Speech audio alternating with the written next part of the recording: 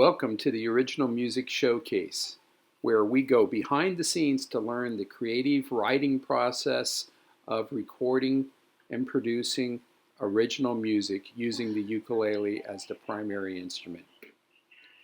We hope you find insights into the creative process and what goes into making original music. Now, here's your host, Tom Hood.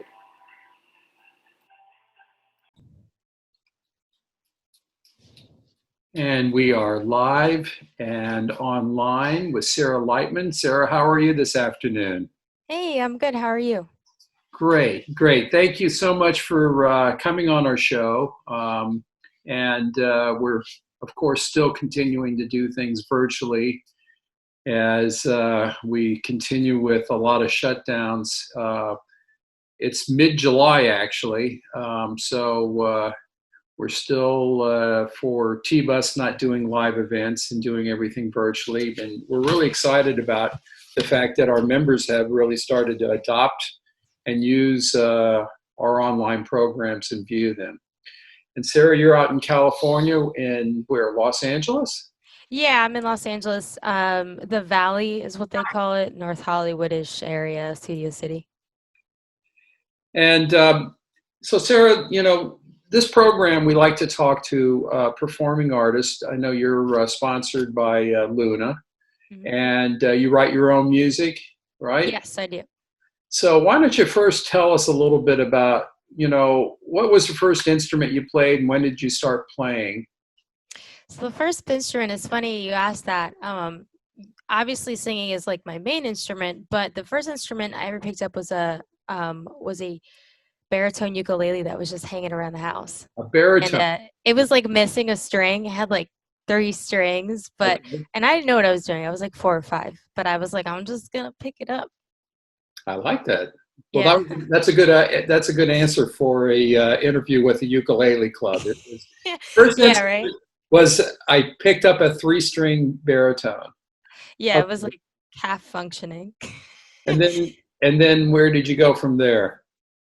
Um, so then I would find myself, my mom owns a flower shop, and growing up, she was located on the same like little mini strip mall. This was in New Jersey where I grew up. And uh, in the same little strip mall, there was a music shop down the street. So when I would be there after school and she would work and I would do my homework and I would procrastinate, I would go to the music shop, and I would just find myself, whatever I could like just make sounds on. So the piano was definitely something I just kind of by ear was just kind of playing around with. But Okay. I started taking voice lessons um, when I was 10.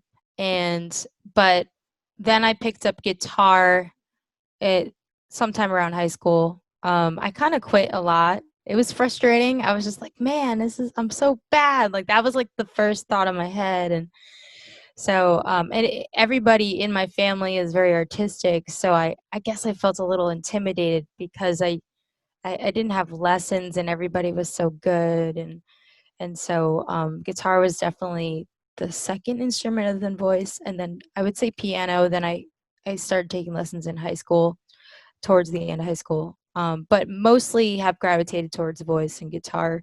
And then with ukulele, a couple years ago when I went to Hawaii for like my first vacation ever in a really long time, I decided to buy a ukulele from Luna to like kind of play it and then play some songs when I was out there. And then with the quarantine, I've been picking it up again.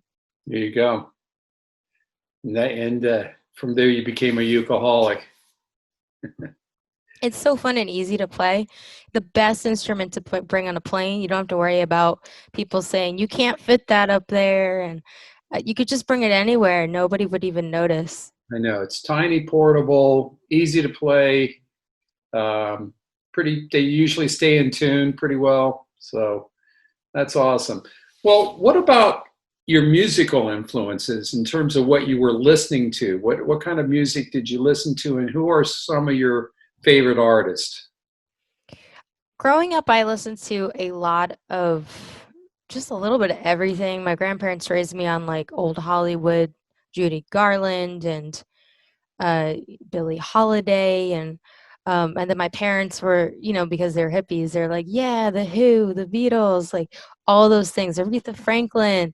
Um, but growing up, because I was I'm a '90s kid. I listened to a lot of, Christina Aguilera, Backstreet Boys, whatever was playing on the radio that was really cool.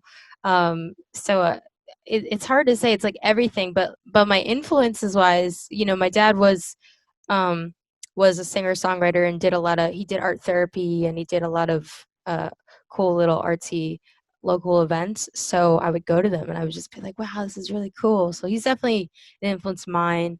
Um, when I got older and I started, figuring out what I like to listen to and not just what my parents like, I gravitated towards people like Gavin DeGraw and John Mayer and Jason Mraz.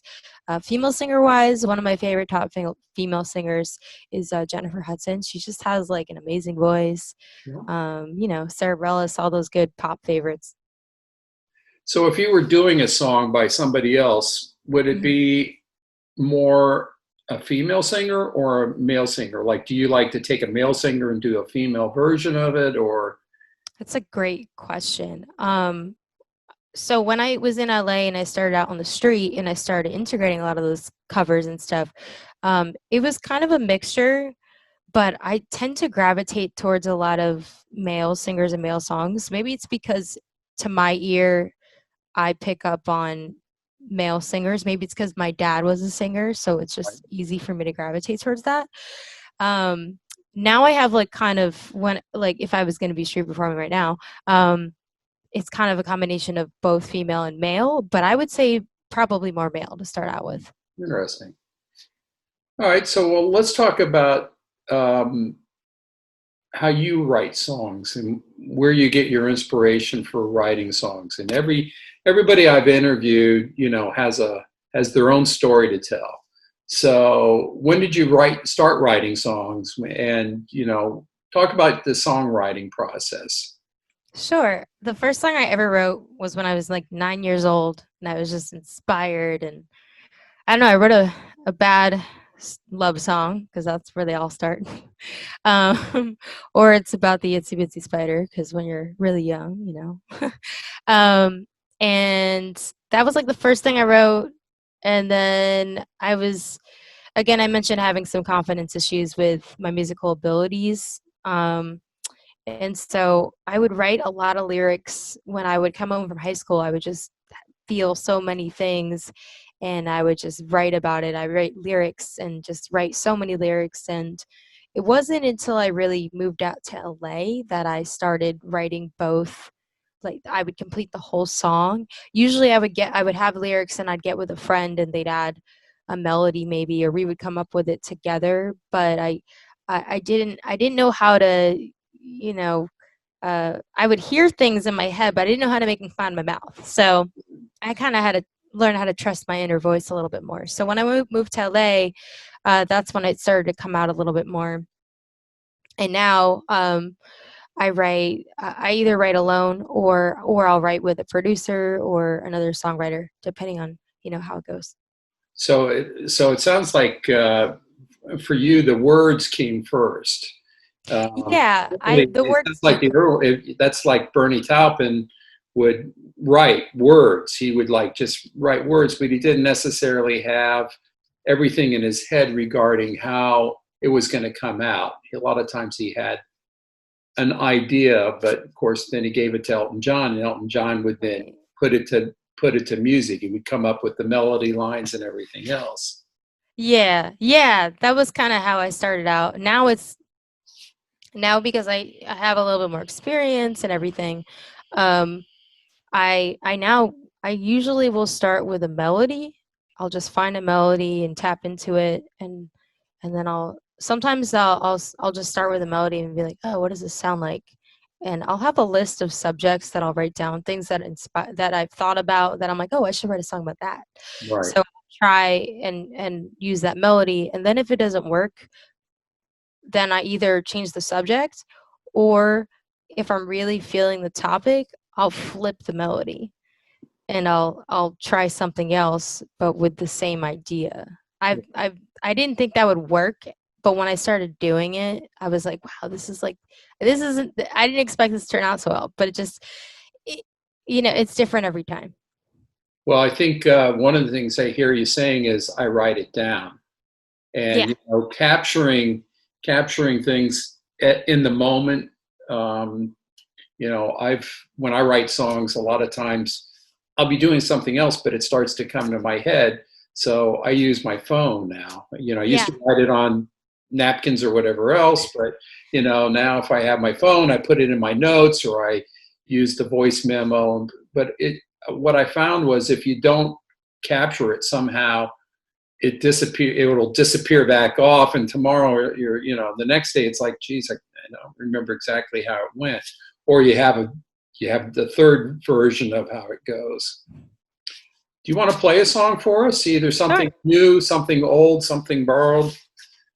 Nothing blue. Something blue? Yeah. I'm just kidding. Uh, can you hear this okay? Yeah, just yes, I can.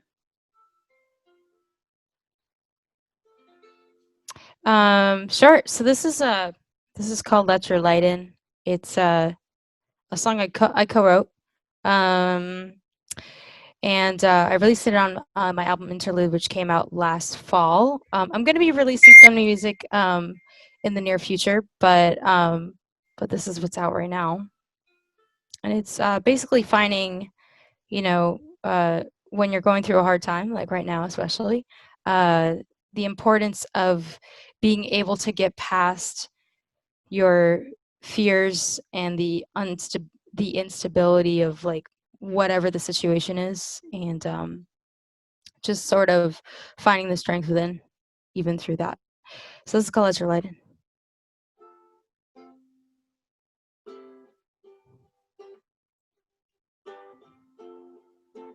Actually, Sarah, Yes. I can't hear the You can't ukulele. hear it? Okay, Yeah, let me turn it up. can you bump it up a little bit?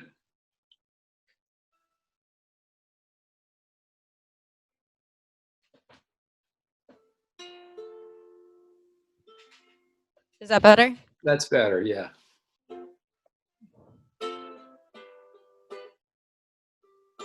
This is the first time I plugged in a ukulele into an amp.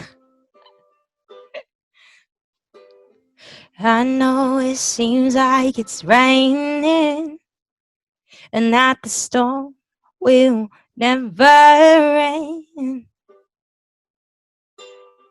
You may be stuck in the dark days, but there is light being sent to man. Get off your feet, just look and see. You're all you need. You need to learn to be your new best friend. If you can't do that, you'll keep all the fight. Throw me an acrobat, you can beat it fast. Breathe your light in. Breathe and let your light in. Breathe and let your light in. Breathe and let your light in. Breathe and let your light in. You may be drowning in trouble, and that your mind won't let you rest. It tells you life brings you struggle, and it will if that's what you manifest. Get off your feet, just look, you see, you're all you need. You need to learn to be your new best friend. If you can't do that, you'll keep falling flat. Don't be an acrobat, you can beat it fast. Breathe your light in. Breathe and let your light in. Breathe and let your light in. Breathe and let your light in. Breathe and let your light in. So get off your feet, just look you see. You're all you need to be. Learn to be your new best friend. And if you can't do that, you'll keep falling flat. Don't be an acrobat, you can beat it fast. Breathe your light in.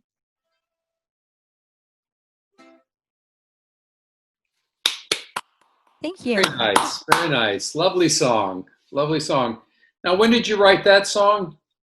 I wrote that song about, I want to say 2.5 years ago. Okay. Just having a bad day, and I walked into the studio, and my boyfriend is like one of the producers I work with, and so I walked into his studio, and I'm just like, today, and he's like, sit down, and I'm like, okay, and then he started playing these chords. He's like, now sing, and I was like, sing what? He's like, just sing, and then the song just kind of came out.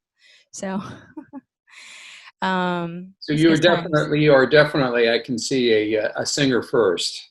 You know, that's your, as you said, that your voice is your numero uno instrument. Yeah, yeah. I guess for me, the storytelling feels the best when it comes through my voice. Do you play solo or with a band, or I do what, both. what Um, yeah, I do both. do you have a preference? Do I have a preference? Okay, so it depends on the type of venue. If it's a small venue, I'd probably want at most of like maybe two other players, maybe a cajon and another guitar to support, Okay. or maybe a ukulele bass. Oh, fun fact, there's a ukulele bass on one of the songs on my album, which is really cool because you don't think it's a ukulele, but it's so cool. But anyway, um, but if it's like a stage, I want a full band. I want to put on a show. So Right. Now, let me ask you a question. Like, how are you making any money, particularly with COVID going, or are you making any money? And how are you surviving during COVID? so right now with COVID, I was doing a lot of live streaming online shows. And then I just decided I wanted to really strengthen my vocal technique and stuff, and just sort of, be as strong and as healthy as possible vocally. Um, because I'm getting over like a small little injury that I had on my voice from last year. And so I wanted to kind of do that and dial it back. So right now I'm not doing any live online shows, but that's how I was kind of making money. Um, right now the game plan with my management is we're going to release some new music and make money from a campaign. And we're also looking towards, licensing music as well. It's hard because as you mentioned, you mentioned that your son does like film and TV. He could tell you, they had to shut down for a little bit. So the hiatus made it hard to place music as well, because there's only so many ads and trailers and films you can place music in when nothing's filming. So, Exactly. but we're looking to do that as well. And then I'll probably go back to doing some live streaming, but it's going to be more of a curated live streaming show where people maybe like concert. There used to be like Concert Window, and then there's Stage It, I think is now the one that took over, where people like buy a ticket to come into the show, or you sell, a show online to download. So that's kind of like the way we've been going at it, or that's the plan right now. It seems like the music industry is always morphing and changing, and the Yeah, rules change, the revenue changes, who's making money or not making money changes. sure. There were records, there were tapes, there were CDs, and it seems like a lot of physical product has evaporated. There are hardcore vinyl people that will buy vinyl, but now everything's so digital, and it's used to be and it used to be like digital was meant downloading. Now it's all streaming, and so Sure. making money from streaming is not an easy task because you've got to have a lot of streaming. Has to, it's a whole Yeah, lot of streaming has to be going on. I think this is what I understand, from talking to artists is, sure. the whole making your music and putting it out, to the consumer, you have to be in mass volume to make money from it. So many artists have been depending on live performances from touring, that type of thing, or from licensing. So it sounds to me like you like to try to get your music licensed. Is that right? Yeah, that's definitely one of the things. That's where a lot of the money in the industry is. There's definitely, of course, other ways. There's like social media ads and all that stuff, which will be likely part of it. And I have like T-shirts and CDs. Occasionally, I'll like sell a CD while I'm doing a live stream, or people will download the album online. Right. Um, I'm kind of staying away from getting new merch because you kind of have to spend money to invest in it, and then you never know who's going to buy it. So the way that I'm kind of doing in the future is more of like a pre-order situation where we get a people pre-order it, and then I order and take that money and then order the product and have it made. That way it's like I don't lose money that way. And then it's just not sitting around in my house while we figure out how to like market it. Then there's like trends, people are putting out masks. Someone said to me, "Oh, if you need me to make masks," and I'm just like, okay, but I don't believe in profiting on off of, health and virus. It just doesn't feel right to me. So Right. like I just wouldn't if people are making masks and that's their business, I'm all for it. But for me, I'm just like, Yeah. no, like it just doesn't feel correct. But yeah, so like licensing is definitely a way. Live streaming is a big way. And advertising. I mean, I also have a Patreon page too. So I have a couple patrons, couple VIP members. So the best way to kind of utilize that though is having a bigger fan base. The more super fans, the better, because that's more people that are be willing to invest. So I'll be working on expanding that as well. But it's a process. It takes time. It's all about engaging with fans and building relationships. How do you get your music in front of, let's just say, uh, either for commercial opportunity, like for a TV commercial or a social media ad, or for a TV show? How do you do that? Do you have a management company, or do you have a music licensing company? Yeah, so that's a great question. I have been with Indie Orange for a little over 6 months now. They're a licensing company agency, and it's like a one-stop where I give them I pre-approve, the tracks, and everybody who wrote with me also pre-approves, and all the splits are set up so that way when they get the call and that like, hey, we're looking for this type of song, and they send in so they send in what they think might fit, and like, so let's say mine fits that, so they send it in, and let's say they go with my song. They're like, great, we want to go with it. This is our budget. This is the max we can pay. So Indiana says, great. That works great. And they only pitch for, they have certain minimums. They're not going to pitch for something really tiny, you know. And there's like a split system and all that stuff. But I also, one of the producers I work with also has a team where they pitch the licensing. He wrote the theme song for Brooklyn 99. So he has his own connections and his own team that helps with pitching licensing, and we have our own system for that. And then my manager also has connections as well. So it doesn't hurt, the more the merrier in a way. Then All there's about connections. there's different types of Thing that deals hasn't, too. it's one thing that hasn't changed in the music business is you got to have Sure. connections. Right. Yeah. The other thing is like with licensing, with Indie Orange, they're exclusive, but if from like new music that I'd be making, if I don't want to exclusively sign it to them, then I would I would try to pitch it either with management or the other producer, and like, so it just depends because eventually you'll want to whoever you get in with first, who gets you the placement, that's who you want to lean towards and really go with. It's totally fine to keep up a relationship with everybody, but once you're having results with that one entity, you want to follow that Right. because chances are, if they can do it, they're going to do it again.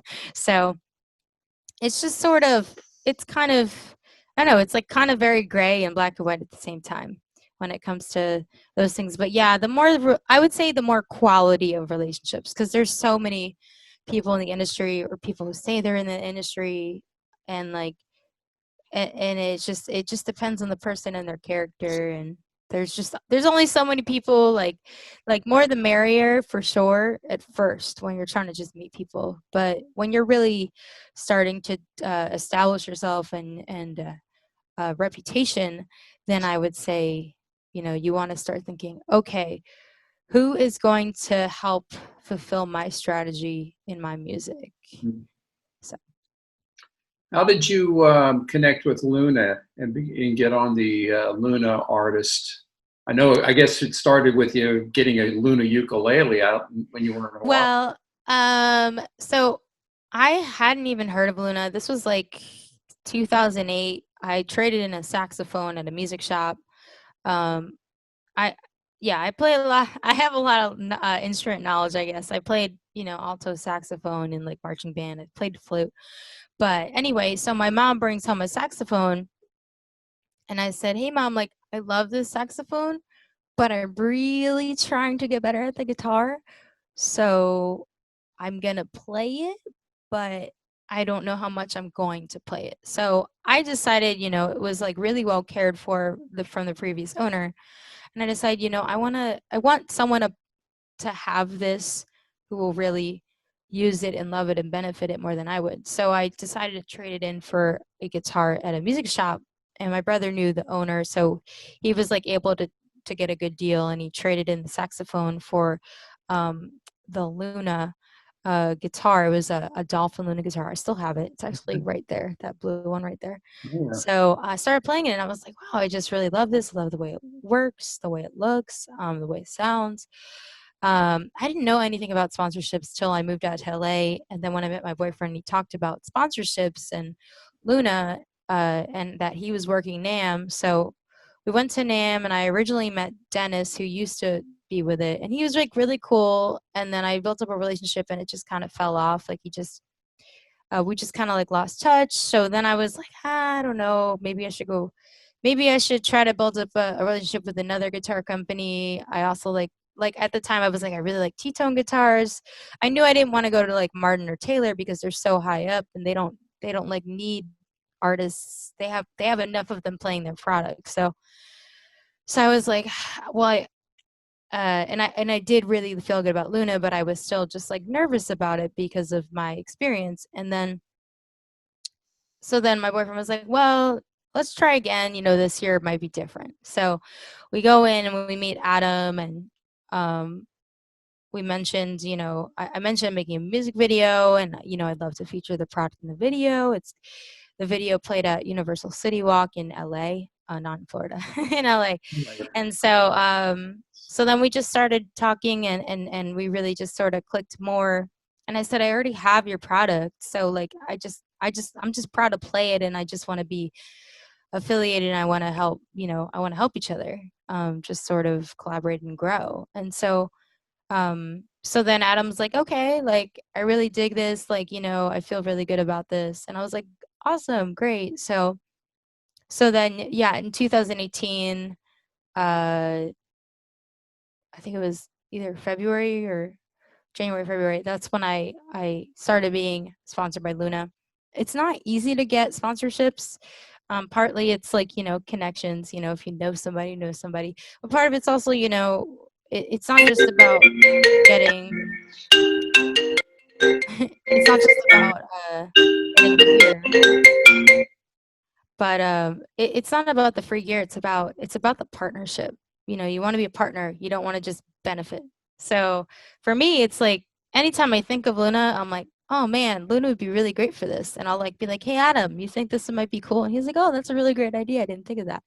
And then, you know, same thing with me. So like that's how it needs to work. And so that's why I felt like we mutually felt like, wow, this could be really great. So then we started working with each other and it's been really great ever since. And I'm also like happy to work with him because I have a lot of fans ask me, oh, I really love your guitar. I'd love to get a guitar like it. What is that? And oftentimes it's a musician or a child or a parent with a child just starting out. They're like, hey, you know, our kid loves your music. Where did you get your guitar? She's just starting out, so we don't know how much we want to invest. And I said, well, the great thing about the Luna guitar that I play is they're custom to everything. um, you know, they're like, this is a really cool design, and this could be for anybody who might have this personality, or you know, if someone wants something a little bit more simple, you know, they can get a gypsy guitar uh, from their gypsy series or the vintage series. Like those are a little more simplified. So I like how I would say, like, you know, it's custom to you, but also it's very affordable. So you're getting quality and quantity, which is like a win-win situation. So I really like that I could, um, you know, do that as well for everybody.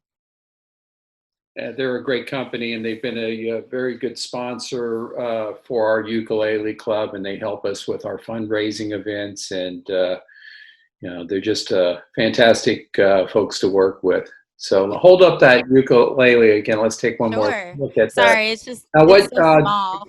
you know what this one? What is that one called? So this one is called the Uke Vista Eagle because there's an eagle on it. Oh, very They nice. have a couple different Vista designs, but this one was really cool. So I was like, I like this one. It's different and it's not only unique, but I wanted one that could whoopsie. I wanted one that could plug in because if I play a live show with a band on a stage and I want to play the ukulele, I want people to be able to hear it, but I also don't want to stand in front of a big microphone like this when it's so Yeah, tiny. yeah. So I went through the ones that they had in stock given the COVID situation. I said, hey, can I? And I also have one on the East Coast that I'm letting my brother babysit for me. It's the Great Wave one. It's it's like a famous artwork. I forget who painted it, but it's like the Great Wave ukulele, and it has like waves. It's really Japanese artist, I think, right? yeah. It's really beautiful. So that one I have back east. That one doesn't plug in. So I knew after having that one, I was like, the one, and that was the one I used in Hawaii. I was like, oh, I want to get one that plugs in this time. So I picked out that one. And I love it so far. I love the sound. It keeps in tune really well. It's pretty. It's fun to stare at. Um, so Well, I'll good tell for you what. Let's sure. we're going to wrap it up here. Let's get another song for you. Tell us about another song that Okay. you wrote, and then let's hear it. Okay. So this one is called Graduating, and I wrote it. I wrote it based off of a relationship. I had two different friendships, and like they seemed to be going kind of sour, and I was just like, I feel like I want to write about this. It just felt monumental, so I just kind of like. But it's literally about just when you have to move on from something that just no longer works for you, and you have to let it go. So Can it's you called. turn up the volume a little bit more because it's Sure, still on the low side?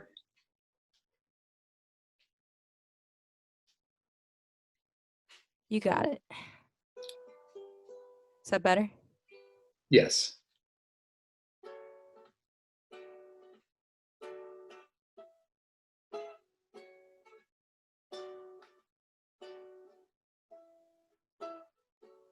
We try, oh, we try over and over till we master each time, and then we move forward. But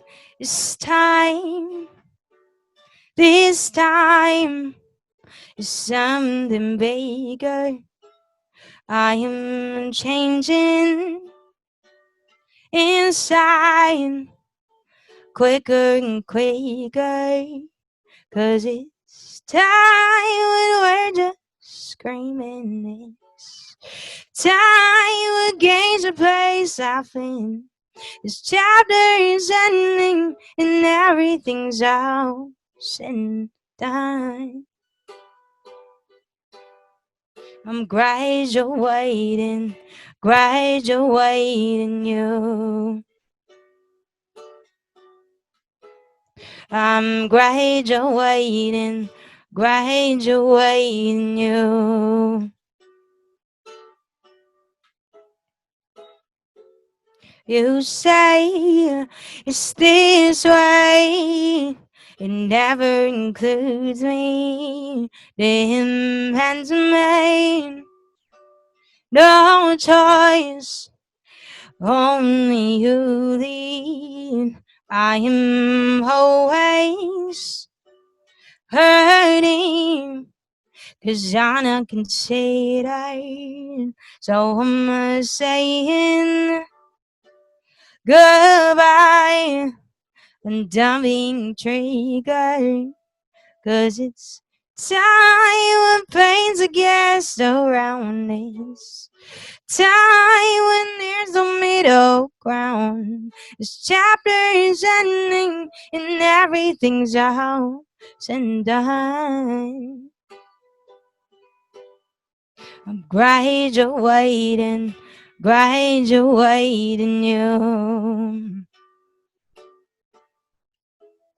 I'm graduating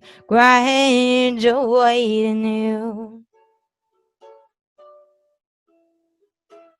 Help me grow into the shoes I need to fill today. But I've outgrown the shoes you want to get us, so it's time for me to say I'm graduating you. I'm graduating you. I'm graduating you.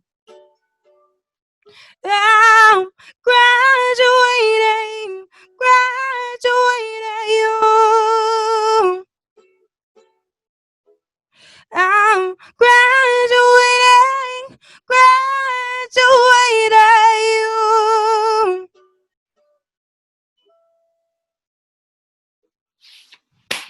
Thanks. The bar chords, I'm still getting used to it. It's like so small, so like my hand's not used to not moving as much. But it's been great just like learning how to like minimize my movements, because I was like, oh, I don't need to move that much. That's it.